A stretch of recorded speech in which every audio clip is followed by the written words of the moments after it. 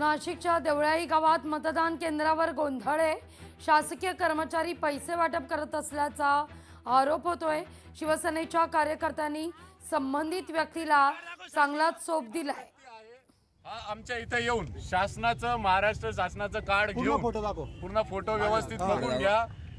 कार्यकर्त्यांनी याला पावत्या सगट पकडलेला आहे, पैसे पण, आणि याचे फोन चेक केले असता शांताराम घंटे नाशिक रोड अध्यक्ष परत जयंत जाचक स्लिपा काढून पैसे वाटप चालू आहे, बघून घ्या, बघून घ्या, स्लिपा चालून पैसे वाटप चालू आहे बघ। हॅलो, याला बीजेपीच्या माणसांचे फोन चालू आहे, अजून गिरीश महाजनचा माणूस या प्रकरणाची चौकशी होईल का पिसे सर?